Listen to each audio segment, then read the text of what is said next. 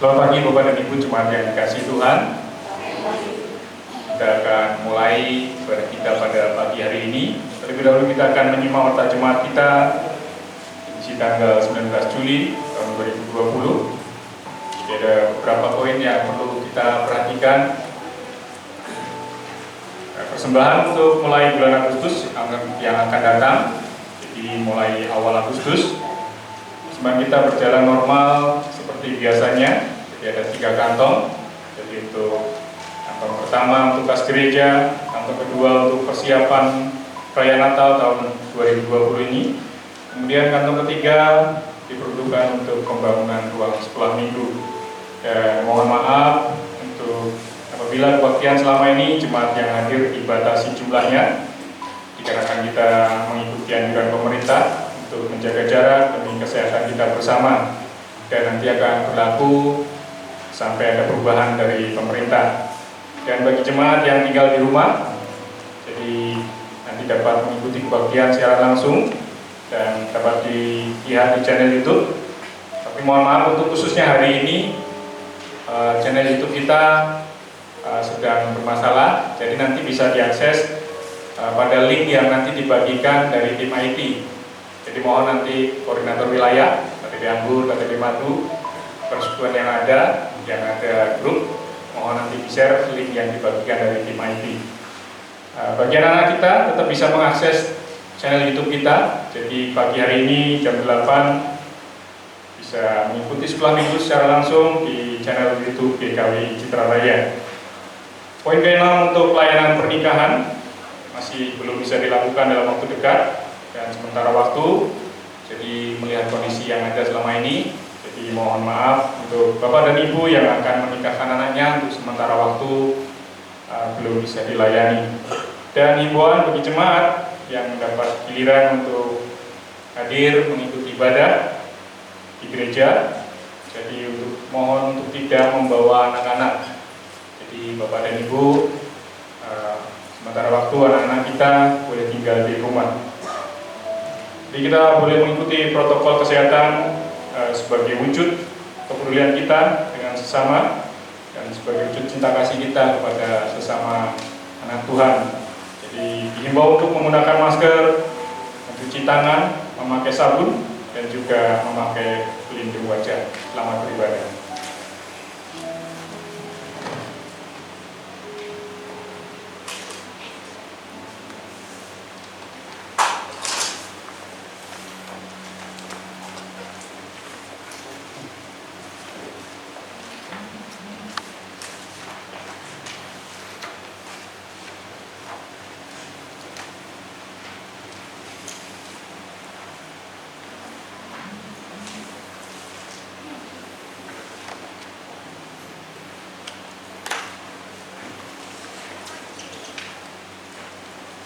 Hendaklah kamu saling mengasihi sebagai saudara dan saling mendahului di dalam memberi hormat.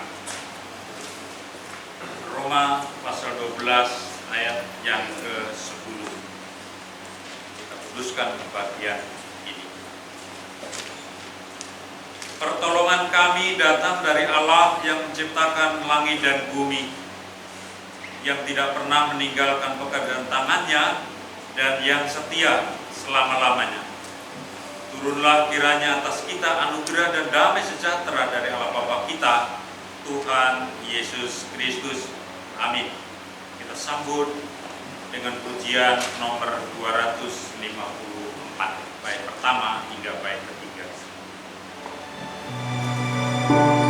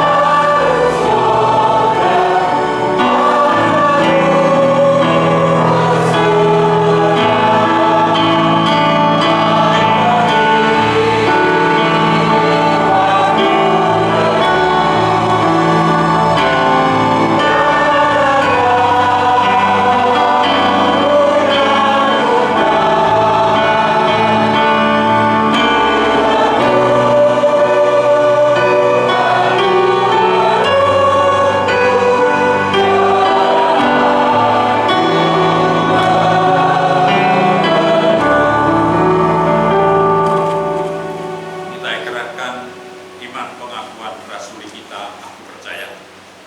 Aku percaya kepada Allah, Bapa yang Maha Kuasa, dan bumi, dan kepada Yesus Kristus, anaknya yang tunggal Tuhan kita, yang dikandung daripada Roh Kudus, lahir dari anak darah Maria, yang menderita sengsara, di bawah pemerintahan Pontius Pilatus, disalibkan, mati dan turun dalam kerajaan maut. Hari yang ketiga, bangkit bala dari antara orang mati, naik ke surga, duduk di sebelah kanan Allah, Bapa yang Maha Kuasa, dan akan datang dari sana untuk menghakimi orang yang hidup dan yang mati. Aku percaya kepada Roh Kudus, gereja yang kudus dan am, persekutuan orang kudus, pengampunan dosa, kebangkitan daging, dan hidup yang kekal. Amin.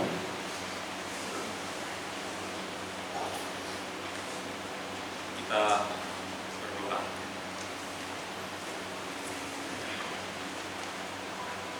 Bapa di surga, kami memuji dan mengucap syukur kepadamu atas segala kasih, anugerah, limpah rahmat, atas segala pemeliharaan Tuhan yang begitu sempurna. Perlindunganmu yang senantiasa menerangi kami, kasih setiamu yang selalu mengiringi langkah kehidupan kami. Untuk itu kami memuji dan mengucap syukur kepadamu, terutama atas karya Kristus Yesus yang sudah menebus dosa kami dan mengampuni kami, dan bahkan setelah mentahirkan, memulihkan kami, dan membuat kami menjadi ciptaan baru. Seraya menyerahkan hidup kami di hadirat Tuhan, sebab di dalam Tuhan senantiasa terpelihara dengan sempurna. Tengah-tengah persekutuan ibadah ini, di hadapan Tuhan yang kudus, kami ingin merendahkan hati kami terhadap otoritas firman Tuhan yang sebentar lagi nanti akan disampaikan oleh Bapak Pendeta Yudas. Kiranya firman yang sumber dengan segala kebenaran dan janji itu, dan bahkan janji itu adalah milik kami anak-anak-Mu, karena Roh Kudus yang mengerjakannya di dalam pewartaan firman itu. Terima kasih Bapa, di dalam anak-Mu yang tunggal Tuhan Yesus Kristus kami berdoa. Amin. Kita sambut dengan pujian nomor 301, bait pertama hingga bait kedua. Amin.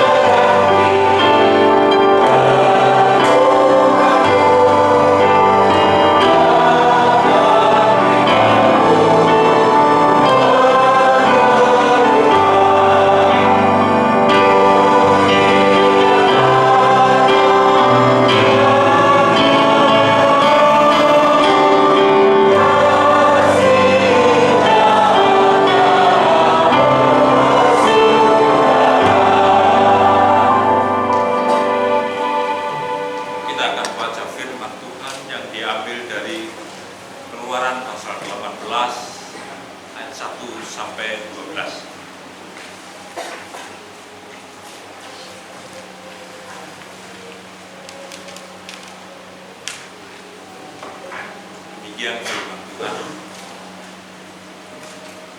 Kedengaranlah kepada Yitro imam di Midian, mertua Musa, segala yang dilakukan Allah kepada Musa dan kepada Israel umatnya, yakni bahwa Tuhan telah membawa orang Israel keluar dari Mesir. Lalu Yitro mertua Musa membawa serta Zipora istri Musa yang dahulu disuruh Musa pulang, dan kedua anak laki-laki Zipora yang seorang bernama Gersom. Sebab kata Musa, aku telah menjadi seorang pendatang di negeri asing. Dan yang seorang lagi bernama Eliezer, sebab katanya, Allah Bapakku adalah penolongku dan telah menyelamatkan aku dari pedang Fir'aun.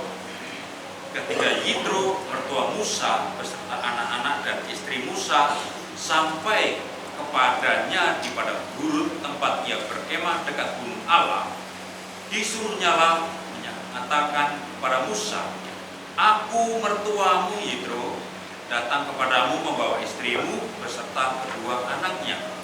Lalu keluarlah Musa menyongsong mertuanya itu, sujudlah ia kepadanya dan menciumnya. Mereka menanyakan keselamatan masing-masing, lalu masuk ke dalam kemah. Sesudah itu Musa menceritakan kepada mertuanya segala yang dilakukan Tuhan kepada Fir'aun dan kepada orang Mesir karena Israel, dan segala kesusahan yang mereka alami di jalan dan bagaimana Tuhan menyelamatkan mereka. Bersukacitalah Yitro tentang segala kebaikan yang dilakukan Tuhan kepada orang Israel, bahwa ia telah menyelamatkan mereka dari tangan orang Mesir. Lalu kata Yitro, terpujilah Tuhan yang telah menyelamatkan kamu dari tangan orang Mesir dan dari tangan Fir'aun. Sekarang aku tahu bahwa Tuhan lebih besar dari segala Allah, sebab ia telah menyelamatkan bangsa ini dari tangan orang Mesir, karena memang orang-orang ini telah bertindak angkuh terhadap mereka. Dan Yitro mertua Musa mempersembahkan kurban bakaran dan beberapa kurban sembelihan bagi Allah. Lalu Harun dan semua tua-tua Israel datang untuk makan bersama-sama dengan mertua Musa di hadapan Allah. Demikian firman Tuhan. Berbahagialah saya dan berbahagia kita semua yang telah mendengarkan firman-Nya. Kita sambut firman Tuhan yang disampaikan oleh Bapak Pendeta Yudas dengan pujian nomor 301 bait yang ketiga saja.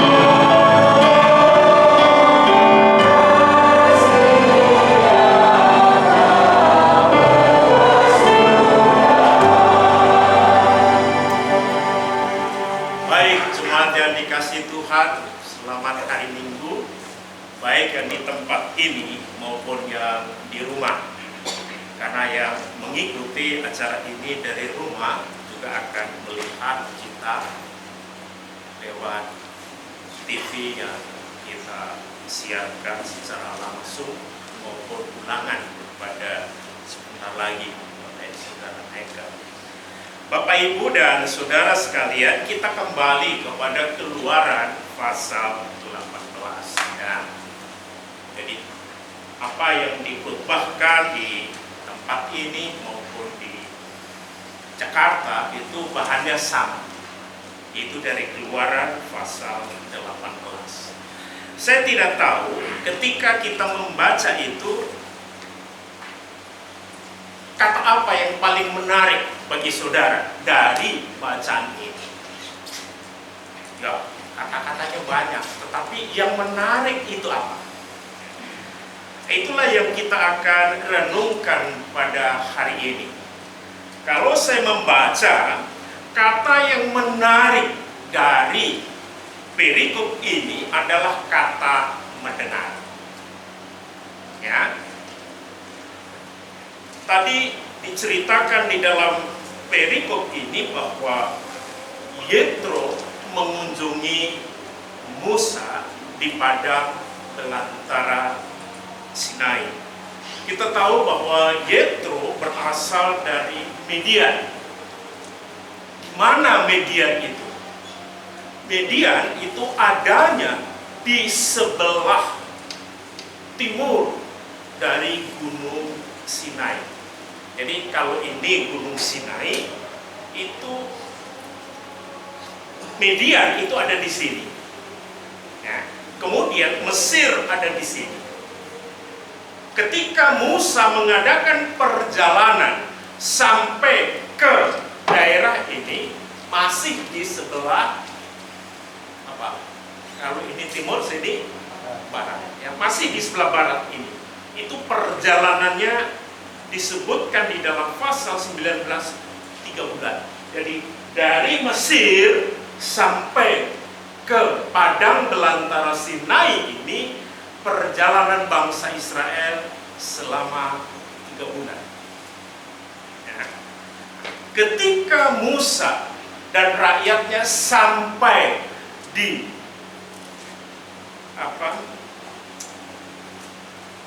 di lembah Gunung Sinai, disitulah Yetro yang berasal dari Midian mengunjungi Musa. Ya. Bapak, Ibu, dan saudara sekalian, tadi saya katakan kata yang mendengar itu adalah kata yang menjadi kunci daripada pasal ini. Pertanyaannya pertama kan begini. Ayat 1 mengatakan bahwa kenapa Yetro ingin berjumpa dengan Musa menantunya yang sudah mungkin setahun 2 tahun tidak pernah ketemu lagi.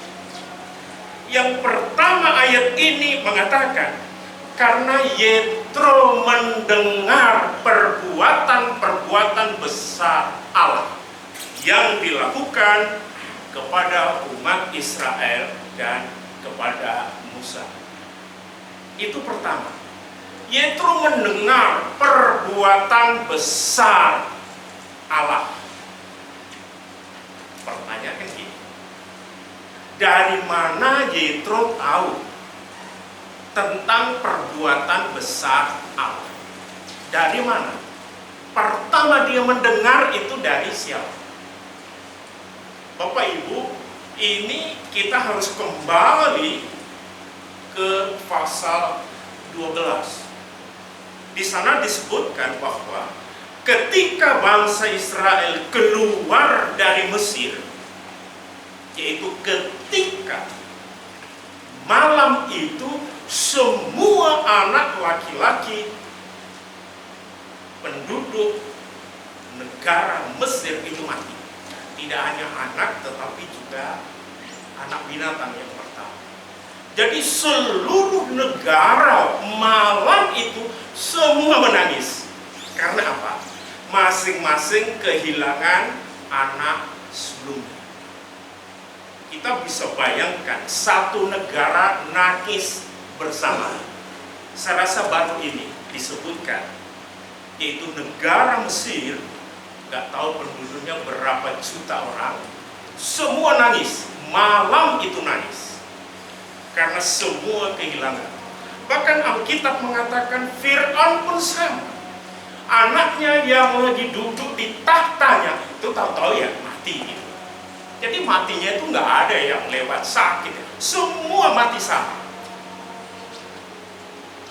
pada waktu itulah Allah, kitab mengatakan, terus menjaga umatnya supaya keluar. Nah, ketika bangsa Israel keluar dari Mesir, itu banyak bangsa-bangsa lain yang tinggal di Mesir ikut pergi. Ya, ikut pergi. Jadi yang pergi itu tidak hanya bangsa Israel, tapi bangsa lain yang tinggal di Mesir waktu itu ikut pergi. Ya, supaya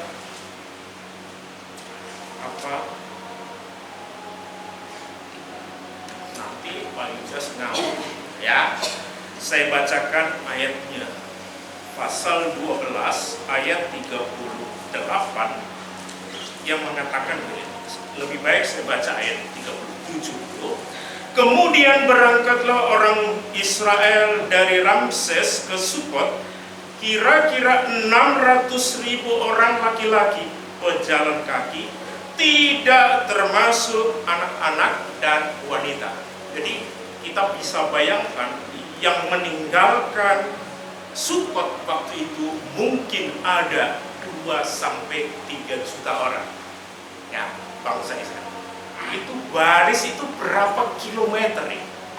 Waktu itu belum ada jalan kayak kita. Jalannya masih setapak. Kita bisa bayangkan berapa kilometer panjangnya barisan itu. Kemudian ayat 38, juga banyak dari berbagai bangsa turut mereka keluar. Ia sangat banyak ternak, kambing, domba, dan lembu sapi. Jadi di sini disebutkan tidak hanya bangsa Israel, tapi bangsa-bangsa yang tinggal di Mesir pada waktu itu semua ikut keluar. Ya, seperti misalnya kita lihat Indonesia, ya kita bangsa Indonesia. Tapi di luar itu kan banyak sekali bangsa-bangsa lain yang tinggal di Indonesia. Seperti itulah gambaran kita waktu itu, waktu keluar bangsa Israel dari Mesir. Nah, kemudian yang kedua, kalau ini sudah terjawab ya, dari mana Yetro tahu? Yaitu mungkin ada kemungkinan besar waktu itu orang Median juga ada yang tinggal di Mesir. Ya. Dan ketika bangsa Israel keluar, mereka pun ikut lari keluar. Karena apa? Mereka katakan, saya tidak mau menderita lagi. Karena apa?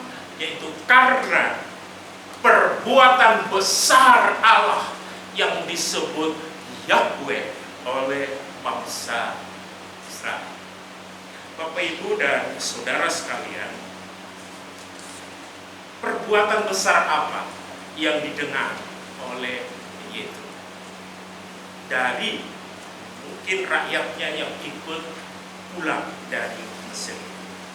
Saya rasa yang pertama dikabarkan itu adalah tulah ke-10. Kita tahu tulah pertama, air jadi darah. Lamanya itu 7 hari. Mungkin orang-orang bangsa-bangsa lain yang waktu tinggal di Mesir juga merasakan. Selama 7 hari mereka tidak bisa masak karena tidak ada air. Mereka tidak bisa minum karena tidak ada air. Satu negara semua airnya menjadi darah. Kita bisa bayangkan kalau mungkin ya Indonesia, kita tinggal di Jawa mana?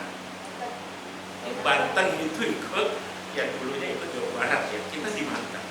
Mungkin kalau hanya Banten saja yang airnya jadi darah, kita bisa ke Tangerang kota, kita bisa ke Jakarta. Ini semua satu negara waktu itu semua airnya jadi darah. Barangkali bangsa-bangsa lain ya melihat peristiwa itu, larinya kemana? Ke Sukot, di mana bangsa Israel tinggal. Semua lari ke sana untuk mengambil air. Karena apa? Disitulah yang airnya tidak berubah menjadi darah. Hanya di mana bangsa Israel itu tinggal. Mereka mulai berpikir, perlindungan Allah itu luar biasa terhadap bangsanya. Mereka mulai sadar akan itu. Dan tidak hanya itu, hukuman itu terus berlanjut. Ya. Setelah air jadi darah, kita tahu katak. Habis katak, nyamuk. Habis nyamuk, lalat pikat. Dan terus. Dan yang ke-9 kita tahu apa? Gelap gulita selama 3 hari 3 malam. Ya. Kalau di kota ya ada listrik, gelap gulita di rumah nggak masalah. Di sana semua gelap gulita. Kalau gelap gulita itu hukuman dari Allah, itu berarti satu orang pun tidak bisa melihat orang lain, walaupun dia ada di samping. Bapak tidak bisa melihat anak, anak tidak bisa melihat ibu, ibu tidak bisa melihat bapak, dan seterusnya. Semua gelap seperti orang buta. Dan itu berjalan 3 hari 3 malam.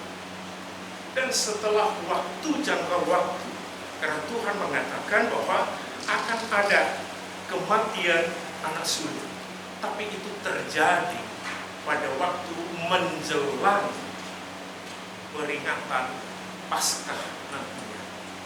Jadi kira-kira 14 hari setelah tulah ke-9 terjadilah kematian anak sulung. Semua tadi saya katakan mati. Melihat hal seperti itu, yang tidak mati anak siapa? Anak orang Israel. Kenapa? Karena dia percaya kepada Allah yang memerintahkan, oleskan darah anak domba di pintu. Ya, dan itulah sebagai tanda kau milik. Itu Tuhan. Dan bangsa Israel melakukan. Dan tanda ini juga diberikan Allah kepada kita sampai saat ini. Apakah di dalam keluarga kita, di dalam hati, di dalam anak, cucu, istri kita, sudah ada olesan darah kudus daripada Kristus Yesus? Artinya ada, sudahkah kita menerima pengampunan itu dari Allah? Kita merasakan itu, dan itulah akan terjadi satu kelepasan, satu keselamatan yang Tuhan berikan kepada kita. Setelah peristiwa itulah bangsa Israel pergi. Ya. Barangkali tulah-tulah inilah yang diceritakan oleh orang Midian, baik orang yang di sekitar Midian kepada Yetro. Itulah sebabnya Yetro sangat tertarik mendengar juga berita bahwa bangsa Israel sekarang sudah ada di sebelah barat Gunung Sinai. Aku akan ke sana. Ya, aku akan ke sana menjumpai Musa. Bapak, Ibu, dan saudara sekalian, perjumpaan Yetro dengan Musa juga memakai satu kata mendengar, ya, yaitu Musa bercerita kepada Yetro, mertuanya. Apa sih yang diceritakan? Bapak Ibu, kalau tadi kita jeli untuk membacanya, justru ayat 8 itu jawabannya. Apa yang dikatakan Musa kepada Yetro? Ayat 8 mengatakan, sesudah itu Musa menceritakan kepada mertuanya segala yang dilakukan Tuhan kepada Fir'aun dan kepada orang Mesir, karena Israel dan segala kesusahan yang mereka alami di jalan, dan bagaimana Tuhan menyelamatkan mereka. Ya, apa yang dikatakan Musa kepada Yesus, menceritakan ya, bahwa ada kedegilan, ada kecongkakan, dan ada hati yang tidak pernah luluh dari Fir'aun, dan itulah yang mengakibatkan penghukuman kepada Fir'aun dan kepada anak-anaknya. Ini diceritakan oleh Musa kepada mertuanya. Dan tidak hanya itu, Musa mesti menceritakan bagaimana Tuhan membelah laut Tiberau itu dengan sarana angin yang besar sehingga air laut itu terbelah. Musa juga menceritakan bagaimana perjalanan mereka di Mara. Tidak ada air karena air semuanya pahit, tetapi Allah telah menyiapkan sarana, itu sepotong kayu untuk dilemparkan ke air itu, dan akhirnya air itu bisa mereka minum. Musa juga bercerita bahwa di Elim Allah menyiapkan 7 mata air, dan tidak hanya itu, Allah menyiapkan seperti kebun, tetapi semua tumbuh. Apa yang dimakan orang Mesir kalau puasa? Kurma. Di situ di situ kebun kurma, semua kurmanya baik, matang. Tuhan menyiapkan itu. Dan Musa juga bicara, tidak hanya itu, Tuhan menyiapkan roti mana, dan tidak hanya roti mana, daging yang tidak pernah kita kekurangan.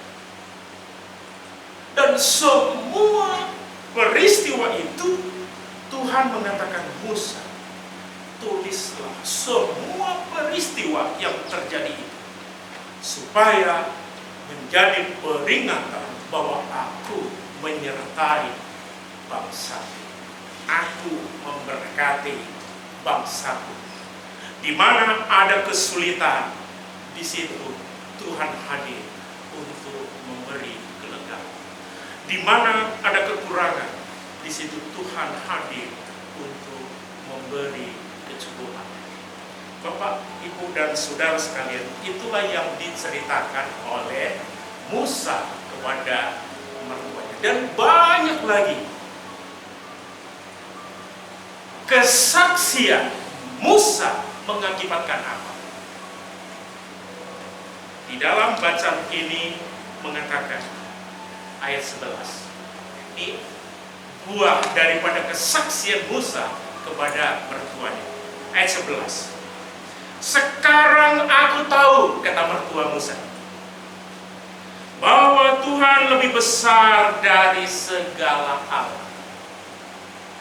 Sebelum itu Yetro tahu bahwa apa yang disembah oleh orang Israel yang bernama Yahweh, yang memanggil menantuku Musa untuk bekerja lewat dia, itu sama dengan Allah yang dibuat dari emas, dari perak, sama dengan ilah yang berasal dari tumbuh-tumbuhan, batu-batu, dan sebagainya. Kesaksian itu akhirnya Yetro sadar, selama ini kepercayaan saya salah. Ternyata Allah yang disembah, yang memilih Musa, lebih besar dari semua ilah yang ada di alam semesta ini. Bapak Ibu, ini kesaksian Yetro. kita tahu bahwa ada seorang raja yang pernah juga bersaksi, yaitu Raja Darius. Ketika dia menangkap Daniel karena laporan-laporan yang tidak baik, Daniel ditangkap oleh Darius, ya, Raja Media itu, dan dimasukkan ke mana? Lubang atau gua singa. Tapi yang terjadi apa? Tuhan hadir di dalam gua itu. Daniel diselamatkan. Tidak sedikit pun dia tercakar oleh keganasan daripada singa. Setelah paginya, Raja Darius melihat Daniel masih hidup. Langsung dia bilang, saya umumkan kepada seluruh negara di mana kami memerintah, tidak ada Allah yang benar, yang berkuasa selain Allah yang disembah oleh Daniel.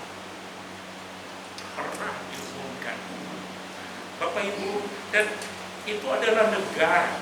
Tapi di sini adalah pengakuan iman daripada Yetro setelah mendengar kesaksian. Kesaksian yang benar itu seperti ini, membuat orang datang kepada Tuhan. Jadi bukan membuat orang malah bertanya-tanya dan seterusnya dan seterusnya. Setelah Yetro tahu bahwa Allah Yahweh itu lebih besar dari segala-gala ilah, akhirnya dia lakukan apa? Ayat 10. Yetro mengatakan begini. Ayat 10. Lalu kata Yetro, terpujilah Tuhan, ya. Terpujilah Tuhan yang telah menyelamatkan kamu dari tangan orang Mesir dan dari tangan Firaun. Ini bagusnya, ya. Yetro tidak mengatakan hebat lo menantuku Musa. Dia mengatakan terpujilah Tuhan. Ini yang sangat biasa yang harus ini. Biasanya orang akan nomor satukan anak, menantu, kuda, seterusnya. Tapi ini tidak. Kepercayaan iman daripada Yetro membuat dia akhirnya memuji Tuhan. Tuhan Yahweh itu firman. Dan kita tahu Bapak Ibu, ini perbedaan yang sangat luar biasa antara Kristen, iman Kristen dengan yang lain.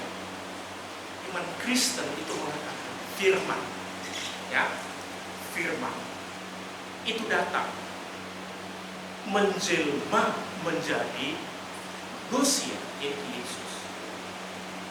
Tapi kepercayaan lain seringkali mengatakan apa? Firman didatangkan berkata kepada manusia. Ini beda sekali. Iman Kristen percaya bahwa bukan ini firman yang didiktekan dari Allah, bukan. Tapi firman itu sendiri yang menjelma menjadi manusia. Firman itu sendiri yang datang ke dunia ini, yaitu Yesus Kristus Tuhan kita. Tuhan Yesus memberkati.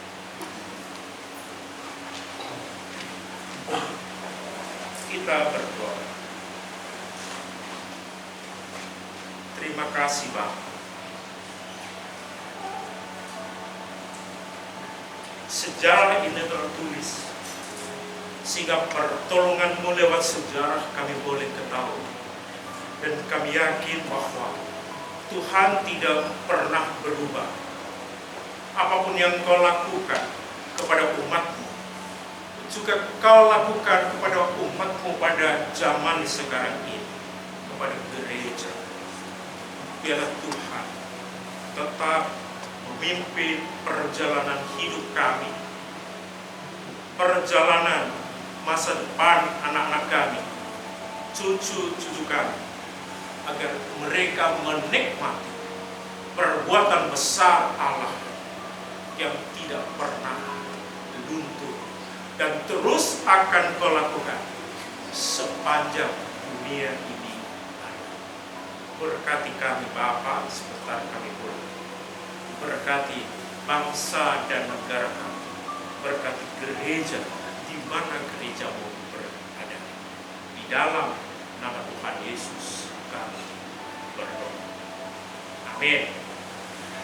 Jemaat yang dikasih Tuhan, kita menyanyi nomor 331 ayat 1 sampai 3.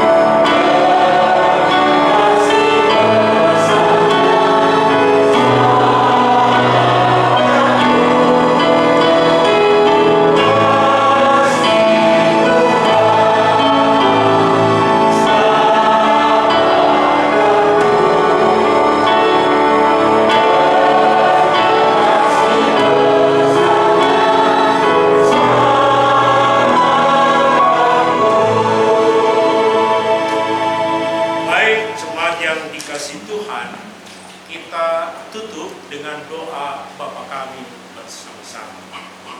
Bapa kami yang di surga, dikuduskan namamu, datanglah kerajaanmu, jadilah kehendakmu di bumi seperti di surga.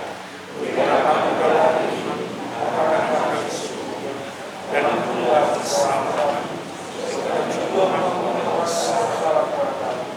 Janganlah kami mencoba, agar lepaskan kami dari jahat, karena orang yang berjahat, dan bebas dan mulia sampai selamanya. Jemaat, mari kita pulang. Kita mempercayai sabda Allah dan kita mohon berkat. Anugerah Tuhan kita Yesus Kristus, kasih Allah Bapa, persekutuan Roh Kudus memberkati, melindungi, menyertai kita pada saat ini sampai kekal selama-lamanya. Amin. Bapa, terima kasih.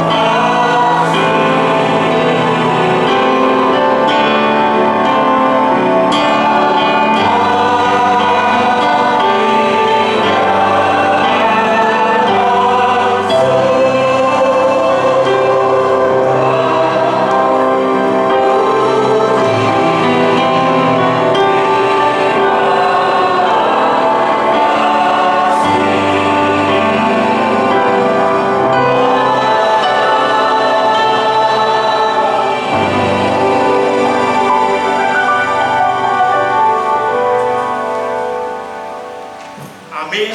Tuhan Yesus